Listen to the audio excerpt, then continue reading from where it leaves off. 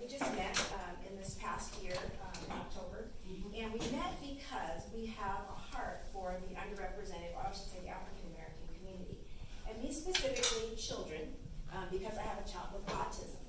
And my child with autism was not diagnosed and was not given early intervention. So she's now 28, we're 28 this year, she's my baby. Our son is 31, something like that. And, but she's still my baby, and she's also still a baby neurologically because she was not given support and help when she should have been. And so the heart of what I've done, and I'll say this, I'll kind of go back just a little bit to give you a little bit of background on me as a person. I basically stayed home with my daughter for the first 15 years of her life because I truly could not work. There was no support and information available at that time, and we're talking about the 90s. I know it's kind of hard to believe, but there wasn't a lot of information. I know you just born. But there wasn't a lot of information, and I was trying to get help and support, and I just didn't have it. So I was not able to work. That's how I felt. So fast forwarding into middle school and programs started to come alive, I went to work, and I went to work for the school district, Walnut Valley, right here down the street. And I went in as a counselor because that was my training and background. While Alex went to a day program for a few hours a day, I would take classes. So that's how I got my bachelor's, my master's, credentialing, and things like that. I just eked my way through. It wasn't like I went from, high school to college and we went on. That was not my story. But I did little bitty things to get myself moving forward, and I stayed with the Unified School District with Walnut Unified for 20 years. So this will be I'm culminating this year. I'm calling myself retiring. I don't care.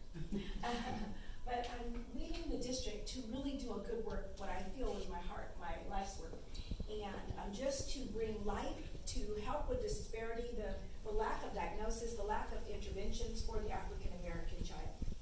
Now, it should be all children of color, but there is a specific disparity with 2 years, a lag time between a Caucasian child being diagnosed effectively and an African American child being diagnosed. Those 2 years make a huge difference when it comes to interventions. Because if the child does not get speech, OT, they don't get access to interventions at a very early age, the likelihood of them being in the system, of being on Social Security or not being a contributing member of society is very high. I'm sure you can understand when I tell you that if a child can't read by 3rd grade, you know what they tell you, right? The pipeline is what? The pipeline of prison. They call it because it's usually what? It's been the norm. So if a child can't read and they're not accurately diagnosed, you know they're not going to get what they have need of in society later on. So my idea in coming and going through my doctoral program, and I basically did it with the help of my family and my community, was my specific dissertation was on making sure that parent perspective, parents' voice, parents' idealisms, and anything that they need for their children would be addressed, and be addressed in the school setting. However, what I found in the school setting, a lot of times you have to go through a lot of bureaucracy. So how could we, or how could I, as an entity, go right to the families in my community? And one of the things that I found in researching was the church. So, and since I'm a member of the church, I went to my pastor and I said, I'd like to do a symposium and give information about autism and awareness and what it could look like, and tell you a little bit about the developmental journey and signs that you can look for in a child that will tell you if they're delayed in their speech or they may need help further on. And so I put together a symposium, and it was very successful. I pitched that symposium to the regional center, and they granted me access to funds so that I can do these symposiums in your area. So it doesn't cost you as an entity, your church, your school, this building, it doesn't cost you anything. I've been granted the money to do it. I just need access to people so that I can bring the information. So I want to let you know I'm not asking for you for anything. I have these resources, and I have the expertise with me and the people that are coming to do the work, but I don't have avenues to churches and people who need what I have to offer. And that's where we come in. So one of the things we do, we go through, I built a panel of experts, African American doctors, African American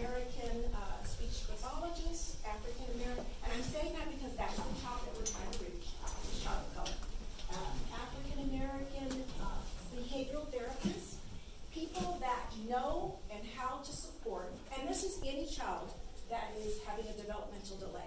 So not just autism, because you can have a delay that's not autism, but if there's a delay and you get interventions early, the likelihood again of that child being more successful in life is very high.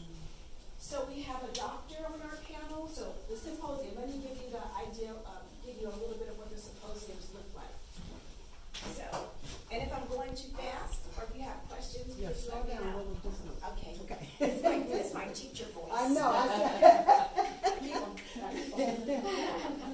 So I'll slow down. Thank you for that, because I can get going. I saw that. Okay. Appreciate it.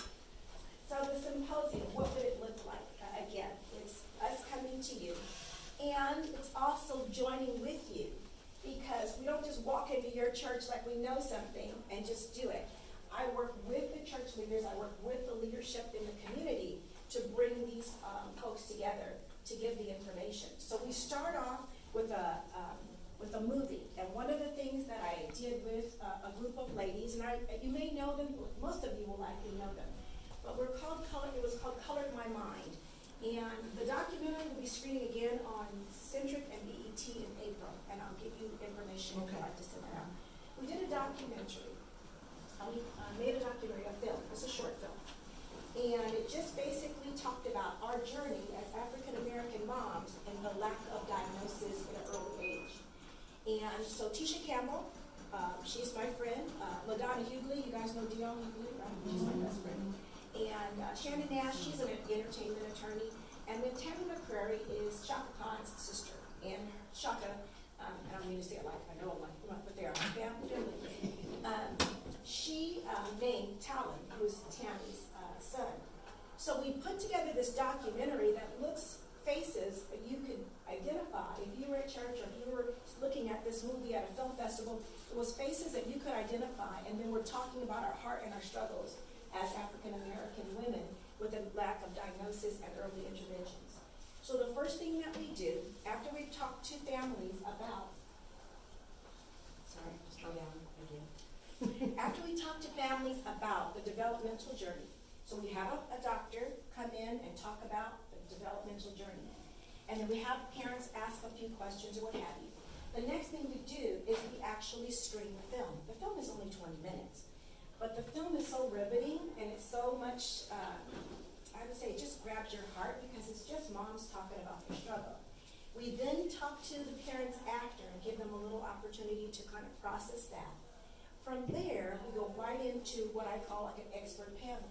Because what if I give you all that information and I don't give you any method or methodology as to how to access the resources and information? So it's very important that I don't take you on this emotional journey. Yeah, we all got it. We all have this hard time.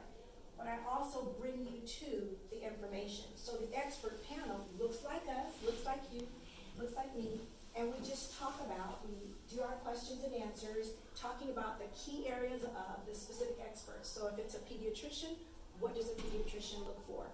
Right? And what do you ask a pediatrician? If it's me on the panel and I'm an educator, you guys know that I told you, some of you that work here, I'm a 20-year educator in the Willamette Valley School District, and my background information is on parent perspective and autism. So I talk from my perspective as a mom and also as an educator. We may have a behaviorist on the panel, and he or she will talk about behaviors and what you can do for interventions.